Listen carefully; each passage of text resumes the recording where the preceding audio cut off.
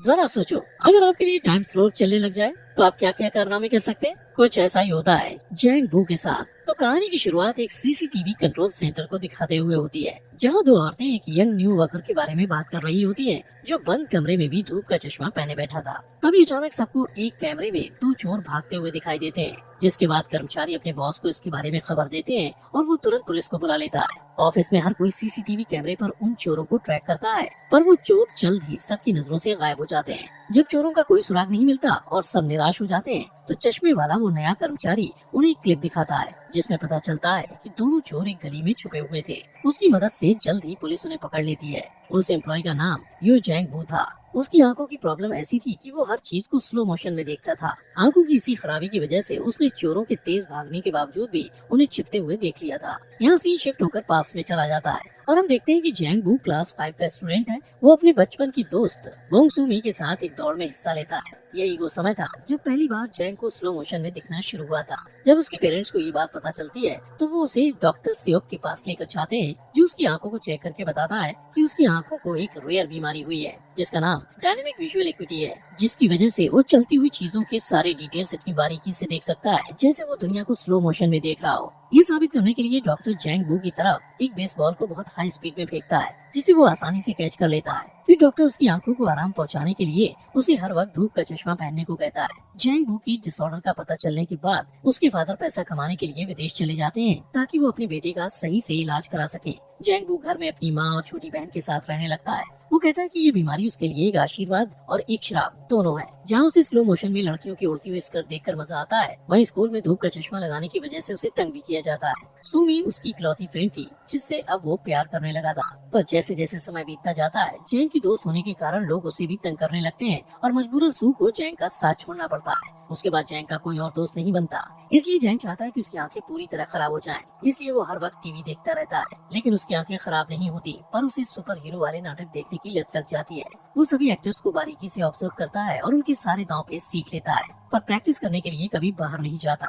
उसके फादर पैसे बचाने के लिए छुट्टियों में भी नहीं आते। इसी तरह साल दर साल बीतने लगते हैं, पर एक दिन अचानक काम करते हुए एक्सीडेंट में उसके फादर की मौत हो जाती है और सब कुछ बर्बाद हो जाता है। उनकी मौत के बाद जैंग बू की लाइफ में कोई दूसरा मर्द नहीं बचा था। तब उसे डॉक्टर सियोक की याद आती है, तो वो उनसे मिलने के लिए जाता है। वो उसे अपने घर से बाहर निकलने और पैसा कमाकर अपने घर वालों की मदद करने की सलाह देते हैं। इसलिए जैंग बू सीसीटीवी कंट्रोल सेंटर में काम करने लगता है। यहाँ से शिफ्ट होकर फिर से प्रेजेंट में आ जाता है। वो खुद से बातें करता है कि उसे लोगों को स्क्रीन पर देखना अच्छा लगता है, क्योंकि इससे उसे उन ड्रामास की याद आ जाती है जिन्हें वो बचपन से देखा करता था। सिर्फ फर्क इतना था कि इस ड्रामे में सभी लोग मेन एक्टर्स थे। एक दिन उसका साथी वर्कर बियोंग सू उनके बॉस से जैंग के बिहेवियर के बारे में बातें करता है। वो कहता है कि जैंग बहुत चुपचाप रहता है और किसी से बात नहीं करता। वो अपनी बॉस से वादा करता है कि वो जैंग का ध्यान रखेगा, क्योंकि वो एक टैलेंटेड लड़का है। इसके बाद से वो जैंग के पास ही बैठने लगता है और काम के दौरान उससे बात करने की कोशिश करता है। लेकिन शर्मिला जैंग बू उसके सभी सवालों का जवाब सिर हिलाकर देता है और मुंह से कुछ नहीं बोलता। कैमरा मॉनिटर करते वक्त वो काउंट करता है कि एक निश्चित जगह पर पहुंचने में लोगों को कितने कदम चलने पड़ते हैं। ब्योंग सू को ये सब अजीब लगता है, पर वो कभी उससे इस बारे में नहीं पूछता है। जैंग बू से घुलने मिलने के लिए वो उससे पूछता है कि उसकी कोई गर्लफ्रेंड है या नहीं। इस सवाल से जैंग बू को सूमी की याद आ जाती है और अगले ही दिन वो उससे मिलने के लिए उसके घर चला जाता है। सूमी बड़ी होकर एक खूबसूरत औरत बन चुकी थी, पर उसे पैसों की दिक्कत थी। उसका कर्जदार उससे झगड़ता है और सू को कहता है कि वो अपना घर बेचकर उसका कर्ज चुका दे। जैंग बू उसे दूर से देखता है, पर पास जाकर बात करने की हिम्मत नहीं जुटा पाता है। उस दिन से वो हर रोज सू को कैमरे में देखने लगता है। वो उसके डेली रूटीन को याद कर लेता है। सूमी हर रात एक कॉफी शॉप में सोडा पीती है और जैंग भी यही करने लगता है। फिर वो नोटिस करता है कि सूमी रास्ते में पड़े एक बेकार सोफे को देखती है, तो अगले दिन वो सोफे को खींचकर कॉफी शॉप के सामने कर देता है, ताकि सूमी उस पर बैठ सके। रात में सूमी की नजर सोफे पर पड़ती है, पर वो ज्यादा ध्यान नहीं देती और उस पर बैठ जाती है। अगले दिन वो तेज बारिश की वजह से बस स्टॉप में फंस जाती है। जैंग उसे मॉनिटर पर देखकर बियोंग के साथ उसकी हेल्प करने पहुंच जाता है। वो ड्रामास के हीरो की तरह उसके सिर पर छाता खोलकर उसे बारिश से बचाने की कोशिश करता है, पर सू से लफंगा कहकर वहाँ से चली जाती है। इसके बाद जैंग और बियोंग डॉक्टर सियोक के पास जाते हैं और जैंग उनसे सूमी को इम्प्रेस करने का तरीका पूछता है। वो जैंग बू से सू को फ्लावर्स देने को कहता है अगले दिन सुमी को म्यूजिकल ड्रामा में ऑडिशन देने के लिए जाना होता है, पर उसे देर हो जाती है तो वो मैनेजर को कॉल लगाती है और उसके कहने पर ऑडिशन के लिए रास्ते में ही गाना शुरू कर देती है।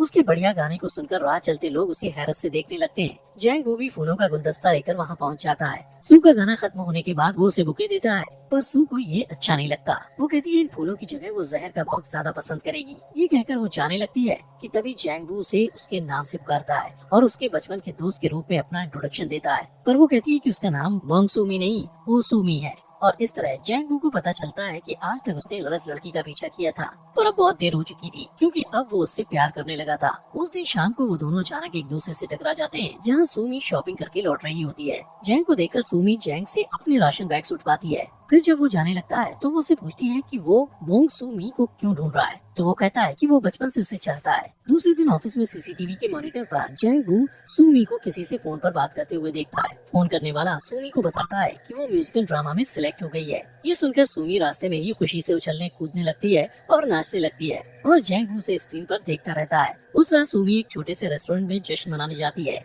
जब वो देखती है कि जैंग वू बाहर खड़ा उसे देख रहा है तो वो उसे अंदर बुला लेती है। वो दोनों आपस में बातें करते हैं और सूमी उसे अपने गाने का स्क्रिप्ट दिखाती है और अपनी लाइंस गाकर प्रैक्टिस करती है। जैंग उसे बधाई देता है और उसे भी अपना टैलेंट दिखाता है। रेस्टोरेंट में मौजूद सभी लोग उस पर तेजी से स्पून फेंकते हैं और वो आसानी से कैच कर लेता है। अगले दिन जैंग वू सूमी के घर के पास चक्कर लगाते हुए अपने स्टेप्स काउंट करता है। योंग सू मॉनिटर पर उसे ऐसा करते देख समझ जाता है कि वो रास्ते को याद करने की कोशिश कर रहा है। काम से लौटते वक्त सूमी देखती है कि जैंग वू उसका इंतजार कर रहा है। वो दोनों रास्ते पर अलग अलग टॉपिक्स पर बातें करते हैं और बातों बातों में सूमी को पता चलता है कि जैंग सीसीटीवी सेंटर में काम करता है और सारा दिन लोगों को देख सकता है। फिर वो दोनों उस कॉफी शॉप के सामने रुकते हैं जिसे सू अक्सर देखा करती थी। सूमी उसे बताती है कि उसे उस कैफे के ओनर पर क्रश है और ये भी कहती है कि उसके पास शानदार कार है। जैंग वू को कैफे ओनर से जलन होती है और वो काफी देर तक उसे घूरता रहता है। वो सू को इम्प्रेस करने के लिए उसे कार में घुमाने के लिए ले जाने का फैसला करता है और अपने ऑफिस में सबसे पूछता है कि किसी के पास कार है तो वो थोड़ी देर के लिए भाड़े पर दे दे ताकि वो सूमी को उसमें घुमा पाए। पर बदकिस्मती से किसी के पास कार नहीं होती है।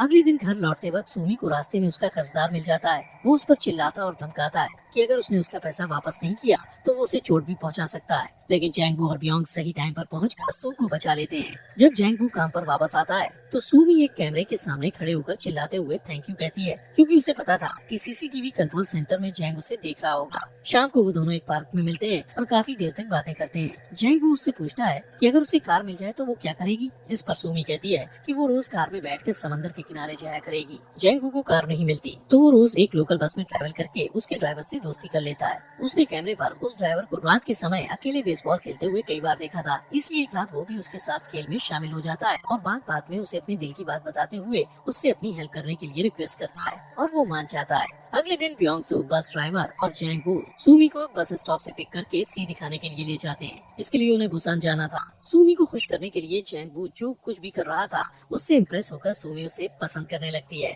पर अचानक रास्ते में बॉर्डर पुलिस उनकी बस को रोक देते हैं और उस लोकल बस को दूसरे शहर में एंटर करने नहीं देते। सूमी गुस्से में पुलिस वालों से लड़ने लगती है पर ब्योंग सू उसे शांत करता है। उनकी मेहनत बेकार हो जाती है और उन्हें सी देखे बिना वापस घर लौटना पड़ता है। सीन शिफ्ट होता है और जैंग वू का बॉस सबको बताता है कि शहर में औरतों को उठाने के केसेस बढ़ रहे हैं और उन्हें हर वक्त अलर्ट रहने की जरूरत है। ठीक उसी समय जैंग वू एक मॉनिटर पर सूमी को देखता है पर वो तुरंत वहाँ से गायब हो जाती है। वो डर जाता है और भागकर वहाँ जाता है पर वहाँ पहुंचकर उसे पता चलता है कि सूमी ने उसके साथ मजाक किया था क्योंकि वो जानना चाहती थी कि जैंग उसे बचाने के लिए आता है या नहीं। इसके बाद सूमी उसके चश्मे को हटा देती है और दोनों एक दूसरे को किस करते हैं। फिर जैंग उसे घर छोड़ने के लिए जाता है और सूमी उसे अंदर आने को कहती है पर सूमी देखती है कि कर्जदार उसके घर आए हुए थे और उन्होंने उसकी सारी चीजें बिखेर दी थी। वो उसे पैसा लौटाने के लिए धमकाते हैं। शोर सुनकर जैंग उसे बचाने के लिए आगे बढ़ता है पर उसकी आंखें धुंधला जाने के कारण वो गिर पड़ता है। उन लोगों के जाने के बाद जैंग और सूमी बैठकर बातें करते हैं। कर्जदारों के फेंके हुए सामानों को समेटते हुए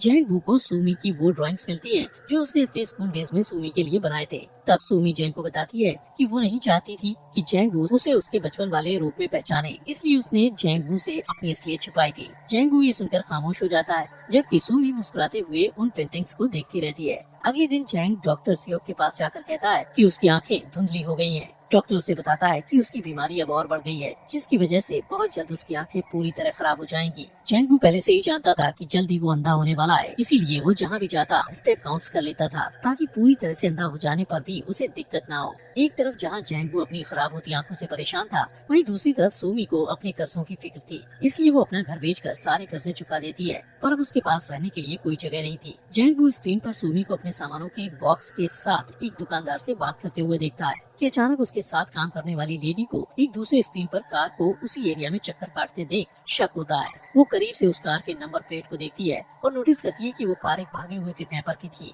वो फौरन अपने बॉस को खबर करती है और तुरंत ही पुलिस को भी इन्फॉर्म कर दिया जाता है। पर तभी कार सबकी आंखों से गायब हो जाती है और सूमी भी जैंग की नजरों से ओझल हो जाती है। जैंग को डर लगता है कि कहीं सूमी को कुछ होना चाहे और वो उसे बचाने के लिए साइकिल लेकर निकल जाता है। रास्ते में उसकी आंखें पूरी तरह खराब हो जाती हैं और उसकी साइकिल एक कार से टकरा जाती है, जिससे वो गिर जाता है। ब्योंग सू कैमरे में ये सब देखकर उसकी हेल्प करने के लिए जाता है। उधर एक अनजान आदमी सूमी के पास जाकर उसका हाथ पकड़ लेता है, लेकिन वो उसे कहीं ले जाता इससे पहले जैंग उनकी तरफ दौड़ने लगता है। इसी बीच किडनैपर भाग जाता है और जैंग एक बस से टकराते टकराते बचता है। तभी पुलिस वहाँ आ जाती है और सूमी को पूछताछ के लिए ले जाती है। अब जैंग रास्ते में अकेला रह जाता है। तभी ब्योंग सू उसकी हेल्प करने के लिए आगे बढ़ता है। जैंग अपने दोस्त का हाथ पकड़ लेता है और अपनी आंखें खराब हो जाने पर दुखी होकर रोने लगता है। इस घटना को कुछ दिन बीत जाते हैं। सूमी अपनी लाइफ में बिजी हो जाती है और जैंग को कांटेक्ट नहीं करती। जब भी उसे जैंग की याद आती है तो वो सीसीटीवी कैमरे को देखने लगती है। कुछ महीनों के बाद जैंग उसे अपने फेवरेट कॉफी शॉप में दिखाई देता है। वो खुश होकर उसके पास जाकर हाथ हिलाती है, पर जैंग को एक वॉकिंग स्टिक निकालकर दूसरी तरफ जाते हुए देखकर शॉक रह जाती है।